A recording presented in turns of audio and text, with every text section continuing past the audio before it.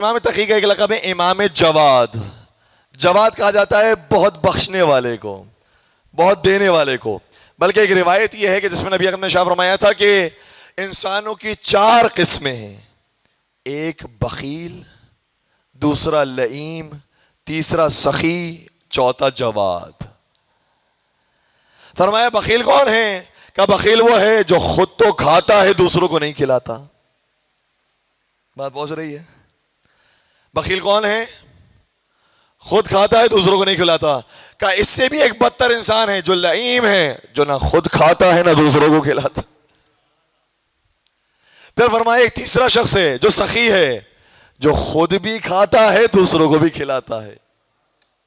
اور پھر فرمایا ایک چوتھا شخص ہے جو خود نہیں کھاتا لیکن دنیا کو کھلاتا. اسے جواد کہا جاتا ہے. اسے جواد کہا جاتا ہے کہ جو خود نہ کھائے لیکن دوسروں کو کھلائے.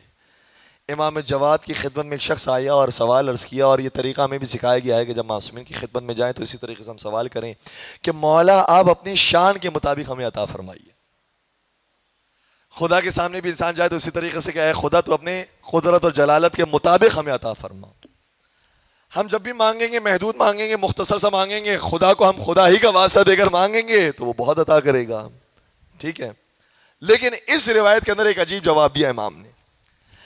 جب اس نے بھی آ کر امام سے کہا کہ مولا آپ اپنی شان کے مطابق مجھے عطا فرمائیے، امام نے فرمایا میں دے ہی نہیں سکتا.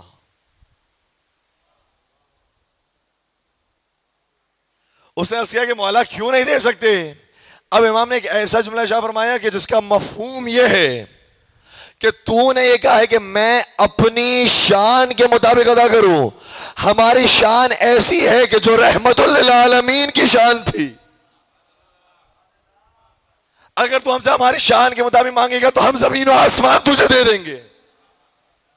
لیکن اس دنیا میں رہ کر تو نے ہم سے جو مانگا ہے کہ تو آپ اپنے شان کے مطابق ہمیں عطا فرمائیے، ہم دے اس لیے نہیں سکتے کیونکہ دنیا محدود ہے. عرض کرنے لگا پھر مولا میں کس طریقے سے آپ سے مانگوں؟ امام نے فرمایا اس طریقے سے مانگ کہ مولا مجھے میری اوقات کے مطابق عطا فرمائیے. تو پھر عرض کیا مولا کی خدمت میں مولا آپ مجھے میری حیثیت میری اوقات کے مطابق عطا فرمائیے. تو امام نے اسے 300 دینار دی.